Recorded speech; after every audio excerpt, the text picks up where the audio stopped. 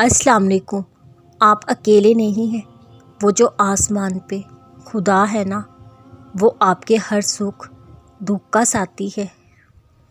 وہ واقف ہے جس حالت سے آپ ابھی گزر رہے ہو، وہ جانتا ہے ان دعاؤں کو جو آپ مسلسل مانگتے چلے آ رہے ہو۔ وہ کچھ بھی ضائع جانے نہیں دے گا۔ وہ وقت آنے پر آپ کے حصے کا معاوضہ بھی کرے گا۔ وہ کن فیکون کی پوٹلی میں آپ کی دعاؤں کی قبولیت کا تحفہ بھی بھیجے گا۔ آج اگر آپ اپنے زخموں پر صبر کا مرہم لگا رہے ہیں تو کل انہی زخموں سے اللہ گلاب کا وہ پھول کھلائے گا جو آپ کے سارے زخموں کو بھر کے آپ کے تن من کو مہکا دے گا۔ اللہ کے ہاں آپ کے آنسوؤں کی بہت قدر و قیمت ہے۔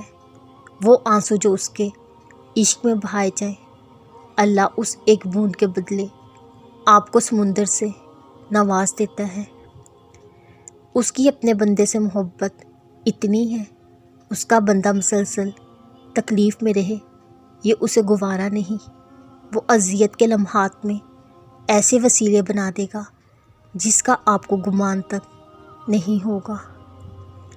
آزمائشوں میں گھبرا کے نا امید نہ ہونا، کیونکہ آزمائشوں میں رب وہ مقام بھی لے آتا ہے جو اسے رب سے ملوا دیتا ہے، کیونکہ اللہ چنتا ہی انہیں ہے جنہیں نہ صرف اپنے قریب کرنا چاہتا ہے بلکہ انہیں خاص مقام سے نوازتا ہے۔ دعاؤں کی مہلت تو اللہ نے آپ کو دے رکھی ہے، تو اپنا رب سے تعلق دعاؤں سے مضبوط کریں، اس سے مانگتے رہیں۔ وہ آپ سے خوش ہوتا رہے گا، عطا کرتا رہے گا، کیونکہ ہمارا کام ہے مانگنا، اس کا کام ہے عطا کرنا۔ کب اور کیسے یہ آپ نے نہیں سوچنا، بلکہ وہ رب کا فیصلہ ہے۔